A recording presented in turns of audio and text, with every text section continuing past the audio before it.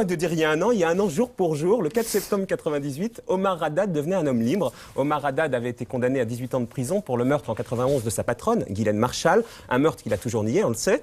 Et après 7 ans de prison, l'année dernière, justement Jacques Chirac, qu'on avait retrouvé donc déjà l'année dernière, avait décidé de le gracier. Eh bien un an après sa libération, Bruno Donnet, qui est un petit nouveau dans l'équipe, a rencontré Omar Haddad à Marseille, qui est donc libre mais toujours coupable aux yeux de la justice. Omar Haddad est libre. L'ancien jardinier marocain a toujours clamé son innocence. 4 septembre 1998, après 7 ans passés derrière les barreaux, Omar Haddad retrouvait la liberté, gracié mais pas innocenté. Ses premiers mots étaient pour la justice. Je souhaitais vraiment le combat contre nous jusqu'au bout. Comment sont passés ces 7 ans? Très très mal passé. Parce que c'est pas facile pour quelqu'un innocent derrière les barreaux. Pour rien, c'est quelque chose de mal, très très mal. Sorti de prison, l'ex-jardinier est devenu manutentionnaire dans une boucherie musulmane. Entre un patron attentif et des collègues qui l'ont vite accepté, il essaye aujourd'hui de retrouver une vie d'homme libre. Ça va parce que je suis libre, j'ai mon travail, je suis avec ma famille. Bon, de l'autre côté, c'est toujours, je passe toujours à la ferme. Bon, d'accord, je suis sorti, etc. Mais ça de ma vie, c'est passé déjà. C'est qui c'est marrant, ça de ma vie? Personne. Personne. Ça y est, c'est fait, c'est fait. Et c'est ça, aujourd'hui, moi, je ne demande pas la justice parce que le président, ça y est. Mais qu'est-ce que je demande à la justice? C'est la vérité. C'est une idée fixe, vraiment. C'est incontournable pour lui. C'est ça ce qu'il veut. Vous dites votre projet l'année prochaine ou dans les années à venir, il me dit d'abord mon procès de révision de mon procès. J'entre par exemple chez moi d'ici à Marseille, je parle au train, déjà, il vient sur moi et bon, il m'embrasse, il me pose des questions, il voulait la faire, etc. Ben, c'est ça fait presque on parle tous les jours. Et vous en avez marre de ça? Franchement, oui. Franchement, oui, mais j'ai pas le choix.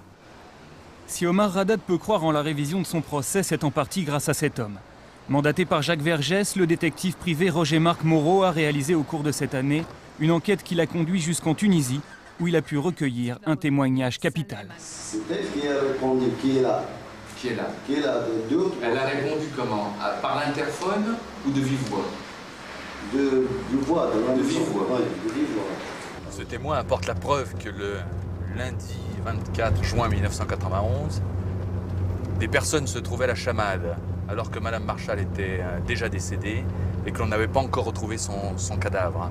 Ça veut dire qu'aujourd'hui, un an après la libération d'Omar Haddad, vous avez des éléments qui le disculpent et d'autres qui accusent quelqu'un d'autre? Tout à fait, nous avons maintenant l'identité des personnes qui ont fait la mise en scène et qui ont assassiné Madame Marchal. Et de qui s'agit-il? Écoutez, ce sont des proches de la victime. Je ne vais pas, il ne m'appartient pas dans une émission de donner leur nom à la vindicte publique.